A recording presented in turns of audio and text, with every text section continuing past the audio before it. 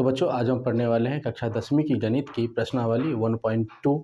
आज हम उसका सोल्यूशन करेंगे, उसका चैप्टर को आज हम सॉल्व करने वाले हैं। तो प्लीज़ आप लोग इस वीडियो को कम्प्लीटली देखते रहिए और अभी तक आपने हमारे चैनल को सब्सक्राइब नहीं किए तो प्लीज़ रेड कलर के बटन को दबाकर चैनल को सब्सक्राइब कर लें, क्योंकि मैं आपके लिए चैनल पे क्लास 9th-10th के लिए पूरे सिलेबस को कंप्लीट करवाऊंगा। तो प्लीज़ आप लोग मेरी इस वीडियो पर कम्प्लीटली बने रहिए और यहाँ पे हम आपको पूरे completely A to Z step by step total चीज़ आपको यहाँ पे हम समझाने वाले हैं, क्योंकि इसका थ्योरी पार्ट हमने पिछले वीडियो में कर दिया है। तो यदि आप उसको नहीं देखे हैं तो डिस्क्रिप्शन में उसका लिंक मिल जाएगा, आप जा करके उसको पहले चेकआउट कर लीजिए। क्योंकि किसी भी चैप्टर का अगर आप थ्योरी पार्ट देख लेते हैं तो उससे क्या होता है कि आपका 75% जो है एक्सरसाइज आपका कवर हो जाता है। तो आप पहले किसी भी चैप्टर का थ्योरी पार्ट जरूर देखें।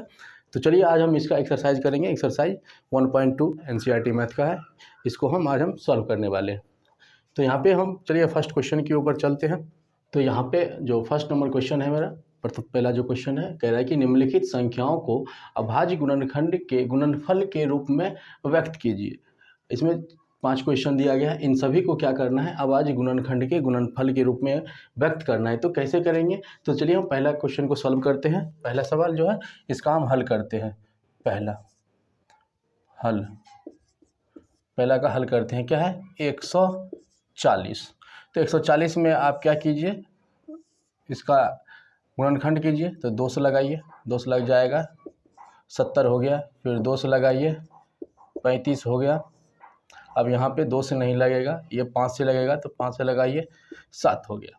तो अब इसको क्या करना है, किस रूप में लिखना है, तो अभाज्य गुणनखंड के गुणनफल के रूप में लिखना है। तो क्या करना है हमको, 140 को कैसे हम लिखेंगे, तो 2 गुने 2 गुने 5 गुने 7, इस प्रकार कह रहे हैं आपको लिखने के लिए। तो यही इसका क्या हो गया, आंसर हो गया, यही इसका आंसर हो गया। चलिए इसका दूसरा सवाल करते हैं, दूसरा का हल करते हैं। दूसरा क्या है, 156 है, 156। इसको भी क्या कीजिए, 2 से लगाइए। तो 2 से लगाया कितना हो गया, ये 7 दूना 14, 8 दूना 16। फिर 2 से लगाइए, 2 से लगाया 3 दूना 6, 9 दूना 18। अब 3 से लगाइए 13 तिया 39। अब जो है इसमें नहीं लगने वाला है। तो इसका क्या हो गया अभाज्य गुणनखंड, तो 156 के आप क्या लिख सकते हैं, 2 गुने 2 गुने 3 गुने 13। तो ये हो गया इसका आंसर हो गया, यही इसका आंसर हो गया। चलिए 3 नंबर क्वेश्चन क्या है, 38 25 है। 3 नंबर का हल करते हैं। तो 3 नंबर कितना है, 38 25 है। तो इसमें आपको 3 से लगेगा, दोस्तों नहीं लगने वाला है, इसमें आपको 3 से लगने वाला है। क्योंकि 3 का नियम हम बताए थे, 3 से विभाजित संख्या क्या होता है कि यदि इसकी आपस का सम 3 से विभाजित हो जाएगा तो वो संख्या भी 3 से विभाजित होगा। तो देख लेते हैं आपस का जोड़, 8 3 11, 11 2 13, 13 13 5, 13 5 हो गया 18, 18 3 से विभाजित है, तो ये भी संख्या 3 से विभाजित होगा। तो चलिए हम यहाँ से 3 से इसको लगाते हैं, 3 से। तो 3 एक आए 3, 3 दूनी 6, 2 7 तिया 21, 5 तिया 15। अब इसको भी चेक कर लेते हैं क्या ये 3 से विभाजित है।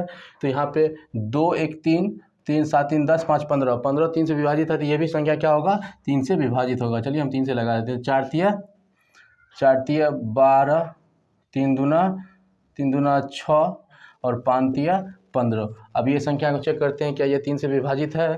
तो 4 2 6 5 11, ये 3 से विभाजित नहीं है, तो ये होगा किससे, तो ये होगा 5 से विभाजित। 5 से चलिए लगा देते हैं। तो 5 से 8 5 40 और 5 25। अब ये लगेगा 5 से, 17 5 85, इतना हो गया। अब जो है इसका गुणनखंड नहीं होगा, क्योंकि 17 एक अभाज्य संख्या है, इसका गुणनखंड नहीं होता है। तो यहाँ पे इसका कितना हो गया, 38 325 का 38 25 का, यहाँ पे 38 25 का जो गुणनखंड हो गया वो कितना होगा, 3 गुने 5 गुने 5 गुने 17। तो यहाँ पे इसको एक चीज़ और लिख सकते हैं, 2 गो 3 है तो 3 का स्क्वायर लिख सकते हैं, 2 गो 5 है तो 5 का स्क्वायर लिख सकते हैं, और 1 गो 17 है तो 17 का पावर 1 लिख सकते हैं। इस प्रकार भी आप लिख सकते हैं। तो यही हो गया इसका अभाज्य गुणनखंड। तो यहाँ पे 3 को क्वेश्चन सॉल्व हो गया। चलिए हम 4 नंबर क्वेश्चन की ओर बढ़ते हैं, इसको हम मिटा देते हैं। तो 4 नंबर क्वेश्चन क्या है, 4 नंबर क्वेश्चन है 5005। इसका अभाज्य गुणनखंड के गुणनफल के रूप में व्यक्त करना है। तो वही चीज़ करना है, इसका गुणनखंड निकाल दीजिए। हल यहाँ पे करते हैं इसका हल। तो अब 505 इसका ये लगेगा 5 से, क्योंकि 2 3 से लगने वाला नहीं है। आप चेक कर सकते हैं, क्योंकि 2 का नियम क्या है, इकाई स्थान पे 2 4 6 8 और 0 होना चाहिए। यहाँ पे इकाई स्थान पे 5 है, ये 2 से विभाजित नहीं है 3 से, तो 3 का नियम आप इन आपस में इसको जोड़िए। अगर ये 3 से विभाजित होगा तब ये जो संख्या है 3 से विभाजित होगा, जिसको आपस को जोड़ते हैं तो ये 5 5 10 हुआ। तो ये भी 10 भी 3 से विभाजित नहीं, तो ये लगेगा कितना, 5 से लगेगा। चलिए 5 से लगा देते हैं। तो यहाँ पे 1 0 1। अब ये जो है ये संख्या आपको 5 से नहीं लगने वाला। अब ये जो संख्या है 7 से लगेगा। इसको चलिए हम 7 से लगाते हैं। तो 7 7 एकाएँ 7 3 7 चौके 7 एकाएँ 7 7 एकाएँ 7 3 0 0 7 चौके 28 2 7 तिया 21। चलिए 7 से लग गया। अब ये संख्या, अब ये भी 7 से ये नहीं लगेगा, तो ये लगेगा सिर्फ 11 से लगेगा। ये 11 से लगेगा, 9 से भी नहीं लगने वाला है, 9 11 सीधा लगेगा डायरेक्टली। तो 11 से लगेगा तो कितना हो गया, 11 एकाएँ 11 11 तिया 33। तो इसका जो अभाज्य गुणनखंड हो गया कितना हो गया, तो 5 0 5 का अभाज्य गुणनखंड कितना हो गया, 5 × 7 × 11 × 13। यही इसका आंसर हो गया। चलिए अब 5 नंबर क्वेश्चन की तरफ बढ़ते हैं। तो 5 नंबर क्वेश्चन इसका क्या है, तो 74 29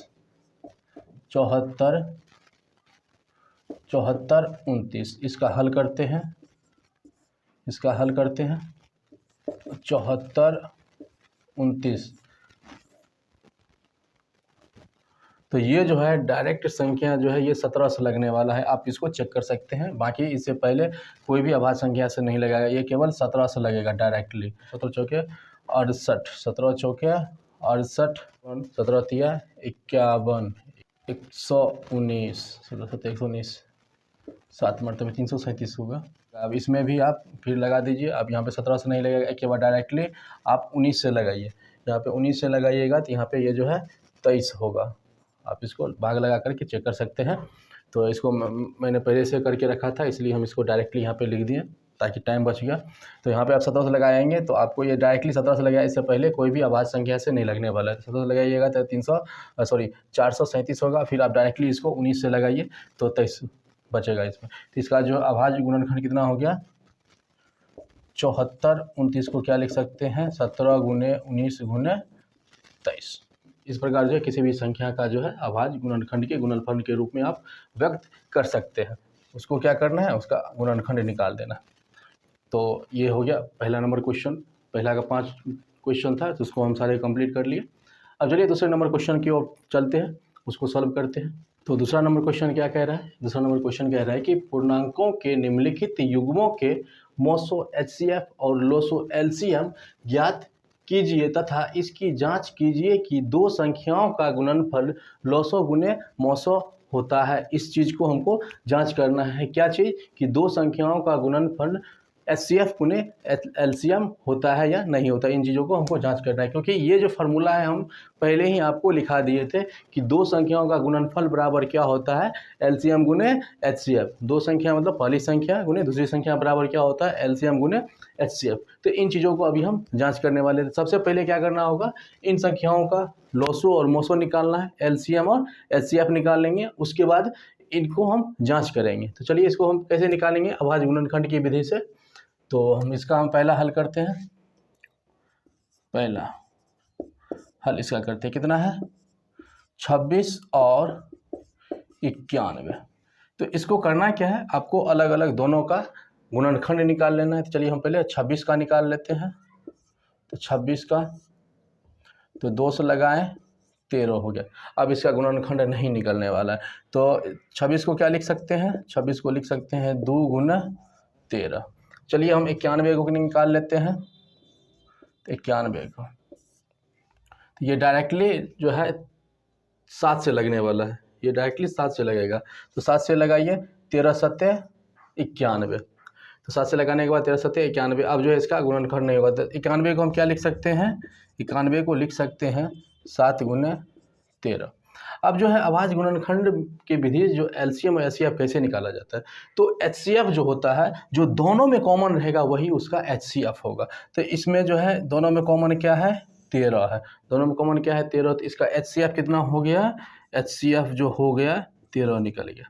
एलसीएम क्या होता है, तो एलसीएम कैसे निकलता है अभाज्य गुणनखंड विधि से, तो जो कॉमन रहेगा वो तो लेना ही लेना है, जो कॉमन के अलावे जो संख्या बचा है उसको भी आपस में गुना करना है, तो वही उसका एलसीएम बन जाएगा। तो एलसीएम क्या होगा, एलसीएम बराबर होगा जो कॉमन है इसको तो लेना ही है, जो कॉमन है दोनों में 13 इसको तो हम ले ही लिए, और बाकी जो बचा हुआ संख्या है, बाकी कितना बचा हुआ है, तो ऊपर में 2 बचा हुआ है और नीचे में 7 बचा हुआ है। तो इन सभी को जो आप गुना करेंगे तो वो आपका एलसीएम निकल जाएगा। तो इसका जो एलसीएम निकलेगा 182। अब हम एचसीएफ और एलसीएम इन दोनों संख्याएं का निकाल लिए हैं। अब इसको जांच करना है क्या चीज़, तो दो संख्याओं का गुणनफल बराबर एलसीएम गुने एचसीएफ होता है या नहीं होता है। तो चलिए इसको हम जांच करते हैं, जांच क्या है, तो दो संख्याओं का गुणनफल बराबर क्या है, एलसीएम गुने एचसीएफ, ये चीज़ हमको सिद्ध करना है। तो दो संख्या का गुणनफल का मतलब क्या है, जो संख्या दिया गया उसके आपस का गुणनफल। तो हम संख्या क्या दिया गया है, तो 26 और 91, तो 26 गुने 91, गुणनफल मतलब गुना, 26 गुने 91 बराबर क्या एलसीएम गुने एचसीएफ होता है। तो एलसीएम कितना दिया गया है 182 गुने एचसीएफ कितना है 13। तो आप इनको गुना करके चेक कर सकते हैं क्या ये दोनों बराबर है। यदि बराबर है तो ये प्रमाणित हो गया, ये सिद्ध हो गया है। तो इसको यदि आप गुना करेंगे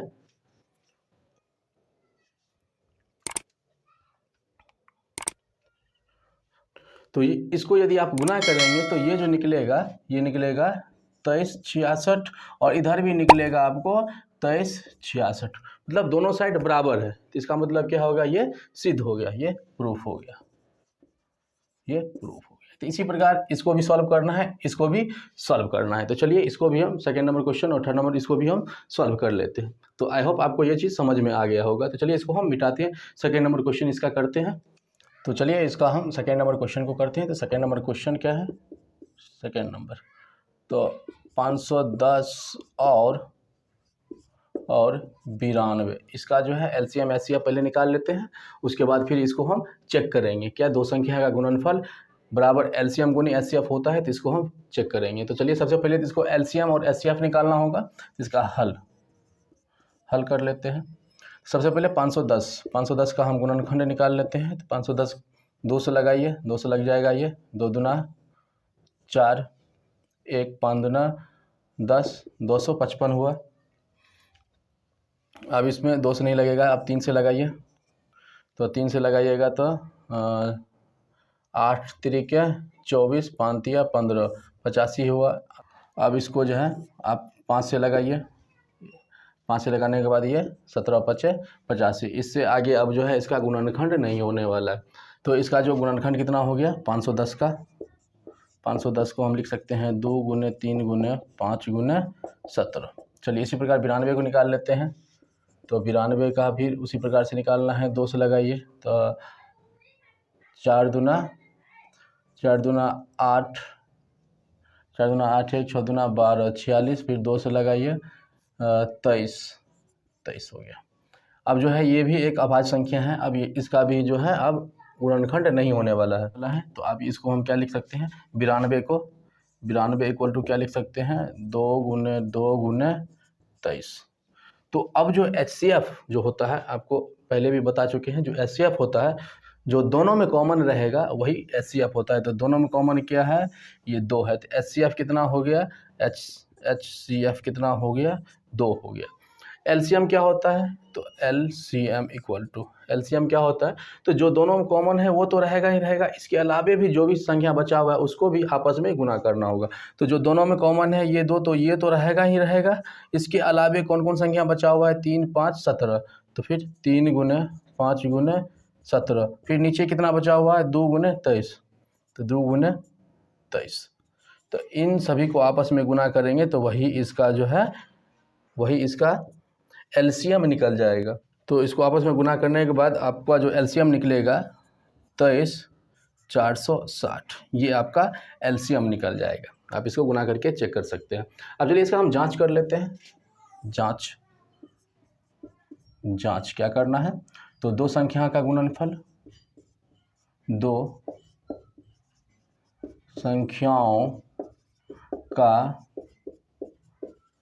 गुणनफल बराबर क्या होता है, LCM गुने HCF। चलिए इसको हम चेक करते हैं। दो संख्याएं क्या है, तो ये है 510 गुने 92 बराबर LCM कितना है 23,460, 23,460 गुने HCF कितना है 2। आप इसको गुना करिए, दोनों साइड अगर बराबर हो गया तो ये सत्यापित हो गया, प्रूफ हो गया। इसको गुना करने के बाद कितना आएगा, चलिए हम इसको चेक कर लेते हैं। तो इसको यदि आप गुना करेंगे तो ये निकलेगा 46,920। इसको भी आप गुना करेंगे तो वही निकलेगा 46,920, 46,920। तो ये दोनों साइड इक्वल है, तो इसीलिए ये क्या हो गया, प्रूफ हो गया, ये प्रूफ हो गया, सत्यापित हो गया। तो इस प्रकार इसको भी हमने चेक कर लिया। चलिए अब इसका हम थर्ड नंबर क्वेश्चन करते हैं। इसको हम मिटा रहे हैं। तो इसका थर्ड नंबर क्वेश्चन क्या है, थर्ड नंबर क्वेश्चन है 336 और 54। इसका जो है सबसे पहले एलसीएम और एचसीएफ निकाल लेते हैं और उसी प्रकार से इसको भी हम जांच कर लेंगे। तो चलिए इसका भी हल करते हैं। हल तो 336, इसका पहले गुणनखंड निकाल लीजिए। 2 2 इकाई 2, 2 इकाई 2, 6 दूना 12 और 8 दूना 16। फिर 2 से लगाइए, 2 से 8 दूना 16, 4 दूना 8। फिर 2 से लगाइए, 4 दूना 8, 2 दूना 4। फिर 2 से लगाइए, 2 दूना 4, 2 इकाई 2। अब 3 से लगाइए, 3 सत्ते 21। तो इसको हम क्या लिख सकते हैं, 336 को हम लिख सकते हैं 2 गुने 2 गुने 2 गुने 2 गुने कितना 2 है, 1 2 3 4, 1 2 3 4, उसके बाद गुने 3 गुने 7। चलिए इसको हम 54 का निकाल लेते हैं। तो 54 का 2 से लगाइए, तो 2 से लगेगा तो 2 दूना 4 और 7 दूना 14। अब लगाइए 3 से, तो ये हो गया 9 तिया 27। फिर 3 से 3 तिया 9, कितना हो गया 3 तिया 9 तिया 27 दूना 54। तो 54 को आप क्या लिख सकते हैं, 54 इक्वल टू 2 गुने 3 गुने 3 गुने 3। तो अब HCF क्या होगा, तो जो दोनों में कॉमन रहता है वो होता है HCF।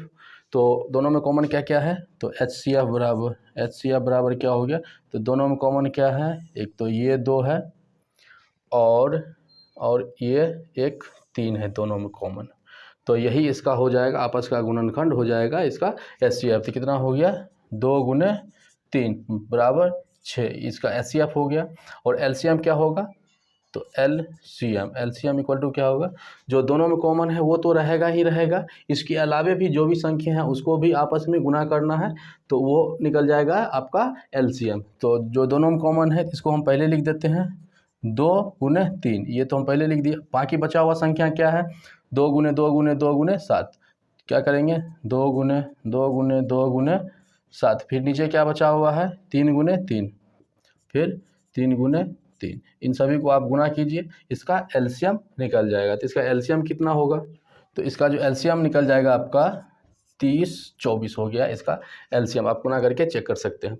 अब इसको चलिए हम जांच कर लेते हैं। इसको भी हमको जांच करना है, दो संख्याओं का गुणनफल बराबर LCM गुने HCF। तो जांच दो संख्याओं का गुणनफल बराबर क्या होता है, HCF गुने LCM। तो दो संख्या क्या क्या दिया गया है, तो 336 गुने 54 बराबर HCF गुने LCM। HCF कितना है 6 गुने LCM कितना निकला है 30-24 24। तो इसको आपस में आप गुना करके चेक कर लीजिए ये दोनों बराबर है या नहीं है। अगर बराबर होगा तो ये भी सिद्ध हो जाएगा। तो इसका गुना करने के बाद कितना आएगा, तो इसको यदि आप गुना करेंगे तो ये निकलेगा 18,144, और इधर भी आप गुना करेंगे तो ये निकलेगा 18,144। मतलब दोनों साइड बराबर है, तो ये क्या हो गया, प्रूफ हो गया। तो चलिए इसका दूसरा का सारा क्वेश्चन भी हमने कवर कर लिया। तो इसमें कहीं भी आपको कोई चीज़ में दिक्कत है या डाउट है तो आप हमें कमेंट करके ज़रूर पूछ सकते हैं, और चैनल पर नए हैं तो प्लीज़ चैनल को सब्सक्राइब कीजिए। तो चलिए इसके हम थर्ड नंबर क्वेश्चन की ओर बढ़ते हैं, इसको मिटा देते हैं। तो तीसरा नंबर क्वेश्चन क्या कह रहा है, तीसरा नंबर क्वेश्चन कह रहा है कि अभाज्य गुणनखंड की विधि द्वारा निम्नलिखित पूर्णांकों के मोसो HCF और लोसो LCM ज्ञात कीजिए। तो चलिए वही अभाज्य गुणनखंड की विधि से इसको भी हम मोसो और लोसो दोनों निकाल लेते हैं। तो पहला का हल करते हैं, पहला हल। तो पहला क्या है, कह रहा है कि 12, 15 और 21 इसका जो है LCM और HCF निकालना है। किस विधि द्वारा, तो अभाज्य गुणनखंड की विधि द्वारा। तो सबसे पहले वही चीज़ करना है, 12 का हम अभाज्य गुणनखंड निकाल लेते हैं। 2, 6, फिर 2 से लगा 3। तो 12 को हम क्या लिख सकते हैं, 12 को हम लिख सकते हैं 2 गुने 2 गुने 3। इसी प्रकार से 15 के निकाल लेंगे, तो यहाँ पे लगेगा 3 से 5 तिया 15। तो 15 क्या लिख सकते हैं, 3 गुने 5। चलिए हम इसी प्रकार 21 का निकाल लेते हैं, 21 का 3 से 7 तिया 21। तो 21 को क्या लिख सकते हैं, 3 गुने 7। तो HCF बराबर क्या होता है, जो इन सभी में कॉमन होगा वो हो जाएगा आपका HCF। तो HCF बराबर क्या हो गया, HCF बराबर, इसमें क्या चीज़ कॉमन है, तो ये जो 3 है सभी में कॉमन है, तो ये हो गया आपका HCF। HCF कितना निकल गया, 3। LCM क्या होता है, LCM जो कॉमन है वो संख्या तो लेना ही लेना है, इसके अलावे जो भी संख्या है उसको भी आपस में गुना करना होगा। तो जो कॉमन है वो 3 तो हम ले ही लिए, बाकी इसके अलावा क्या क्या बचा हुआ है, तो 2 गुने 2, तो 2 गुने 2, इसमें क्या बचा हुआ है, गुने 5, इसमें क्या बचा हुआ है, गुने 7। इन सभी को यदि आप मल्टीप्लाई करेंगे, गुना करेंगे, तो वो इसका LCM निकल जाएगा। तो इसका LCM कितना निकलेगा, तो इसका जो LCM निकल जाएगा आपका 420। इसका जो LCM निकल जाएगा आपका 420 हो जाएगा, यही इसका आंसर हो गया। चलिए सेकेंड नंबर क्वेश्चन की ओर बढ़ते हैं, इसको मिटा देते हैं, सेकेंड नंबर का हल करते हैं। सेकेंड नंबर कितना है, तो 17, 23 और 29। तो आप यहाँ पे देख सकते हैं 17, 23 और 29 ये क्या है, एक अभाज्य संख्या है। इसमें जो है एक और स्वयं इसी संख्या से भाग लगने वाला है। ये एक अभाज्य संख्या है, इसमें क्या है कि स्वयं खुद से और एक से ही भाग लगने वाला है। तो चलिए इसका हम हल करते हैं। तो 17 को क्या लिख सकते हैं, 17 का तो हम 1 गुने 17 लिख सकते हैं। 23 को क्या लिख सकते हैं, तो 17 इक्वल टू हम क्या लिख सकते हैं, 1 गुने 17। 23 को क्या लिख सकते हैं, 1 से 23, तो 23 को क्या लिख सकते हैं, 1 गुने 23। उसके बाद 29 को क्या लिख सकते हैं, 29 को ये भी एक और स्वयं से लगेगा, तो 29, एक से लगा 29, तो 29 को क्या लिख सकते हैं, 1 गुने 29। तो इसका HCF कितना हो जाएगा, HCF कितना हो जाएगा, जो सभी में कॉमन है, सभी में कॉमन कितना है, 1 है, तो इसका HCF हो गया 1। LCM कितना हो जाएगा, तो जो कॉमन है वो तो रहेगा ही रहेगा, इसके अलावा जो भी संख्या बचा हुआ है उसको भी आपस में मल्टीप्लाई करना है। तो 1 को छोड़ ही देते हैं, क्योंकि किसी भी संख्या में 1 से मल्टीप्लाई करेंगे तो वही संख्या होगा। तो यहाँ पे हम डायरेक्ट लिखते हैं 17 गुने 23 गुने 29, इसको आपस में मल्टीप्लाई कीजिए, वो आपका LCM निकल जाएगा। तो इसको यदि आपस में मल्टीप्लाई करेंगे तो यहाँ पे निकलेगा 11,339, इसका LCM निकल जाएगा। तो यही इसका आंसर हो गया। इसमें यदि आपको कहीं पे कोई चीज़ का डाउट हो रहा है तो आप हमें कमेंट करके ज़रूर पूछ सकते हैं। चलिए हम इसका थर्ड नंबर क्वेश्चन करते हैं। थर्ड नंबर क्वेश्चन कितना है, तो 8, 9 और 25 इसका भी अभाज्य गुणनखंड की विधि द्वारा HCF और LCM निकालना है। तो इसका हल करते हैं, हल। तो 8 को हम क्या लिख सकते हैं, 2, 4, फिर 2 से लगा 2, तो 8 को लिख सकते हैं क्या, 8 इक्वल टू 2 इंटू 2 इंटू 2। 9 को क्या लिख सकते हैं, तो 9 को तो 3 3 तिया 9, तो 9 इक्वल टू हम लिख सकते हैं 3 गुने 3। उसके बाद 25 को क्या लिख सकते हैं, 25 को तो 5 से लगेगा, 5 या 25, तो 25 इक्वल टू क्या लिख सकते हैं 5 गुने 5। अब जो इसमें कॉमन क्या है, तो कॉमन एक चीज़ है, सभी में आप 1 से मल्टीप्लाई कर दीजिए, शुरुआत में 1 से मल्टीप्लाई कर दीजिए, 1 से मल्टीप्लाई कर दीजिए, क्योंकि किसी भी संख्या में 1 से मल्टीप्लाई करने पर वही संख्या आएगा। तो इसका जो एचसीएफ होगा, जो सभी में कॉमन है, सभी में कॉमन कितना है, तो 1 है सभी में कॉमन, तो यही इसका एचसीएफ हो गया। तो एचसीएफ हो गया 1, और एलसीएम कितना हो जाएगा, तो जो कॉमन है उसको वो तो रहेगा ही रहेगा, इसके अलावा जो संख्या बचा हुआ है उसको आपस में मल्टीप्लाई करना होगा, तो वो आपका एलसीएम निकल जाएगा। तो 1 को छोड़ ही देते हैं, क्योंकि किसी भी संख्या में 1 से मल्टीप्लाई करेंगे तो वही संख्या होगा। तो क्या बचा हुआ है, इसमें बचा हुआ है 2 गुने 2 गुने 2, फिर 3 गुने 3, फिर 5 गुने 5। तो इसको सभी को आपस में मल्टीप्लाई कीजिए, आपका जो है वो एलसीएम निकल जाएगा। तो इसका जो एलसीएम निकलेगा 1800 इसका एलसीएम निकलेगा, यही इसका आंसर हो गया। तो आई होप आपको यह क्वेश्चन समझ में आया होगा। अगर आपको इसमें कहीं पे भी कोई चीज़ में दिक्कत है तो आप हमें कमेंट करके पूछ सकते हैं, और इसका जो बचा हुआ क्वेश्चन है वो आगे आने वाली वीडियो में हम सॉल्व करेंगे। तो आप लोग हमारे चैनल को ज़रूर सब्सक्राइब कीजिए, और वीडियो को लाइक शेयर ज़रूर कीजिए अपने दोस्तों के साथ। तो फिर मिलते हैं नेक्स्ट वीडियो में, तब तक के लिए थैंक्स।